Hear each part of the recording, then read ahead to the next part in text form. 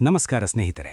ಇಂದು ರಾತ್ರಿ ನೀವು ಒಬ್ಬರೇ ಇದ್ದರೆ ಕನ್ನಡಿಯ ಮುಂದೆ ನಿಂತು 3 ಬಾರಿ ಬ್ಲಡಿ ಮೇರಿ ಬ್ಲಡಿ ಮೇರಿ ಬ್ಲಡಿ ಮೇರಿ ಎಂದು ಉಚ್ಚರಿಸಿದರೆ ಏನಾಗುತ್ತದೆ ಅಂತ ಯೋಚಿಸಿದ್ದೀರಾ? ಆ ಕ್ಷಣದಲ್ಲಿ ಕನ್ನಡಿಯಲ್ಲಿ ರಕ್ತದಿಂದ ತುಂಬಿದ ಮುಖ, ಕಣ್ಣುಗಳಿಂದ ರಕ್ತ ಸುರಿಯುತ್ತಾ ಒಂದು ಭಯಂಕರ ಆಕೃತಿ ಕಾಣಿಸಿಕೊಳ್ಳುತ್ತದೆಯಾ? ಅಥವಾ ನಿಮ್ಮ ಕಣ್ಣುಗಳನ್ನೇ ಕಿತ್ತುಹಾಕಿ ನಿಮ್ಮನ್ನು ಸಾವಿಗೆ ಎಳೆದೊಯ್ಯುತ್ತಾಳಾ? ಈ ಕಥೆ ಕೇವಲ ಭಯದ ಆಟವಲ್ಲ, ಇದು 450 ವರ್ಷಗಳಷ್ಟು ಹಳೆಯದಾದ ನಿಜವಾದ ಇತಿಹಾಸ ಮತ್ತು ಭಯಾನಕ ನಂಬಿಕೆಯ ಮಿಶ್ರಣ. ಹೌದು ಸ್ನೇಹಿತರೆ, ಇಂದಿನ ವಿಡಿಯೋದಲ್ಲಿ ನಾವು ಮಾತನಾಡೋಣ ಬ್ಲಡಿ ಮೇರಿಯ ನಿಜವಾದ ಕಥೆಯ ಬಗ್ಗೆ. ಇಂಗ್ಲೆಂಡ್ನ ರಾಣಿ ಮೇರಿ ಟ್ಯೂಡರ್ ಯಾರು? ಏಕೆ ಆಕೆಗೆ ರಕ್ತದ ಮೇರಿ ಎಂಬ ಹೆಸರು ಬಂತು?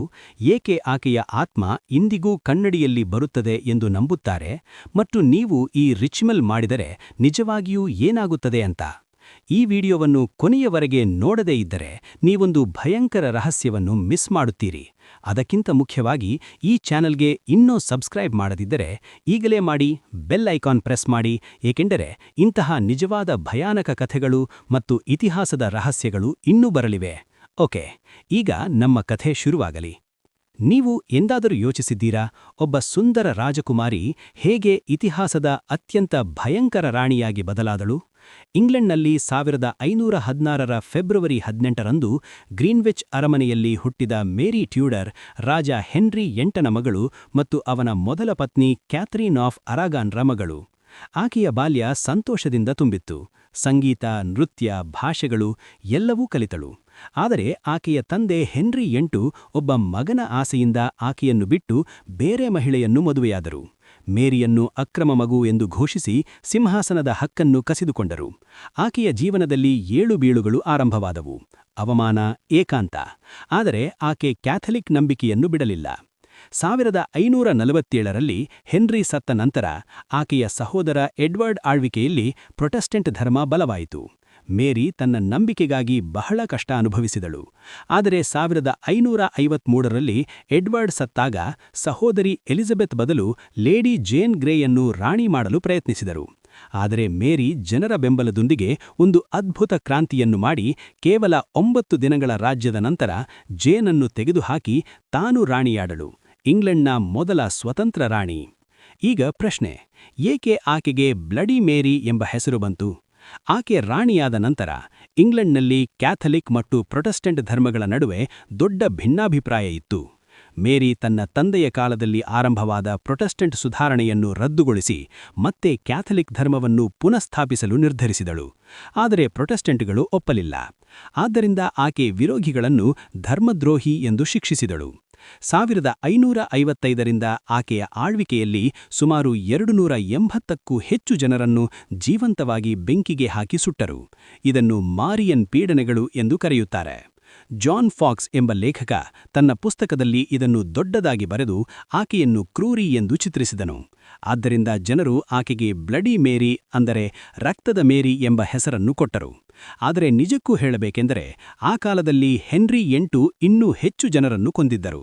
ಆದರೆ ಮೇರಿ ಒಬ್ಬ ಮಹಿಳೆಯಾಗಿದ್ದಕ್ಕೆ ಮತ್ತು ಕ್ಯಾಥಲಿಕ್ ಆಗಿದ್ದಕ್ಕೆ ಆಕೆಯನ್ನು ಹೆಚ್ಚು ದೋಷಾರೋಪಣೆ ಮಾಡಿದರು.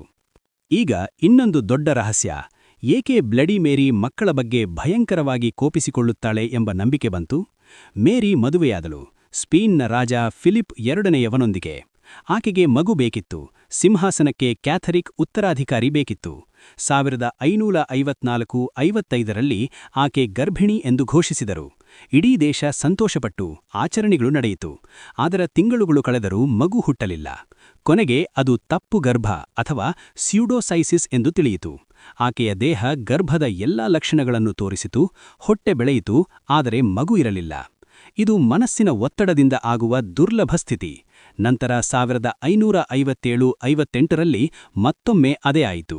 ಈ ದುಃಖದಿಂದ ಆಕೆ ಒಡಲಾಳದ ಆಸೆಯೊಂದಿಗೆ ಸತ್ತಳು. ಆದ್ದರಿಂದಲೇ ಕೆಲವು ಆಟಗಳಲ್ಲಿ ನಾನು ನಿನ್ನ ಮಗುವನ್ನು ಕದ್ದೆ ಎಂದು ಹೇಳಿದರೆ ಬ್ಲಡಿ ಮೇರಿ ಇನ್ನಷ್ಟು ಕೋಪಿಸಿಕೊಳ್ಳುತ್ತಾಳೆ ಎಂಬ ನಂಬಿಕೆ ಬಂತು. ನವೆಂಬರ್ 17, 1558ರಂದು ಮೇರಿ ಸತ್ತಳು. ಆದರೆ ಆಕೆಯ ಕಥೆ ಅಲ್ಲಿಗೆ ಮುಗಿಯಲಿಲ್ಲ. ಜನರು ಆಕೆಯನ್ನು ಭೂತವಾಗಿ ನಂಬಲಾರಂಭಿಸಿದರು. ರಾತ್ರಿ ಕತ್ತಲ ಕೋಣೆಯಲ್ಲಿ ಕೇವಲ ಮೊಂಬತ್ತಿಯ ಬೆಳಕಿನಲ್ಲಿ ಕನ್ನಡಿಯ ಮುಂದೆ ನಿಂತು 3 ಬಾರಿ ಬ್ಲಡಿ ಮೇರಿ ಬ್ಲಡಿ ಮೇರಿ ಬ್ಲಡಿ ಮೇರಿ ಎಂದು ಕರೆದರೆ ಆಕೆ ಕಾಣಿಸಿಕೊಳ್ಳುತ್ತಾಳೆ ಎಂಬ ನಂಬಿಕೆ ಹಬ್ಬಿತು. ಕೆಲವರು ಹೇಳುವಂತೆ ರಾತ್ರಿ 2:33ರಿಂದ 3:33ರ ನಡುವೆ ಮಾಡಬೇಕು. ಕಣ್ಣು ಮುಚ್ಚಿ ಹಿಂದಕ್ಕೆ ನಡೆದು ಕನ್ನಡಿಯ ಹತ್ತಿರ ಬಂದು ಕಣ್ಣು ತೆರೆದರೆ ರಕ್ತದಿಂದ ತುಂಬಿದ ಮುಖ, ದ್ವೇಷದ ಕಣ್ಣುಗಳು ಕಾಣಿಸುತ್ತವೆ. ಕೆಲವರು ಇದನ್ನು ಮಾಡಿ ಭಯಂಕರ ಅನುಭವಗಳನ್ನು ಹಂಚಿಕೊಂಡಿದ್ದಾರೆ. ಕೆಲವರ ಕಣ್ಣುಗಳು ಹೊರಬಂದವು, ಕೆಲವರು ಸತ್ತರು, ಕೆಲವರಿಗೆ ಕನಸಿನಲ್ಲಿ ಆಕೆ ಬರುತ್ತಾಳೆ ಎಂದು ಹೇಳುತ್ತಾರೆ. ಈ ರಿಚುವಲ್ನ ಮೂಲ ಏನು?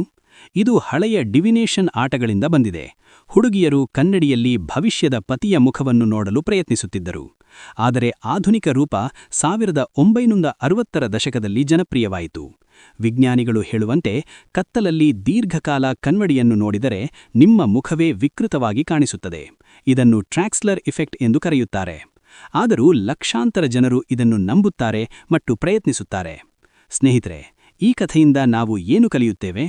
ಒಬ್ಬ ರಾಣಿಯ ಜೀವನದ ದುಃಖ, ಕ್ರೌರ್ಯ, ಆಸೆಗಳು ಹೇಗೆ ಭೂತದ ಕಥೆಯಾಗಿ ಬದಲಾಗುತ್ತವೆ? ನೀವು ಈ ರಿಚುವಲ್ ಮಾಡುವ ಧೈರ್ಯವಿದೆಯಾ? ಅಥವಾ ಕೇವಲ ಭಯದಿಂದಲೇ ನೋಡುತ್ತೀರಾ? ಕಮೆಂಟ್ನಲ್ಲಿ ಹೇಳಿ.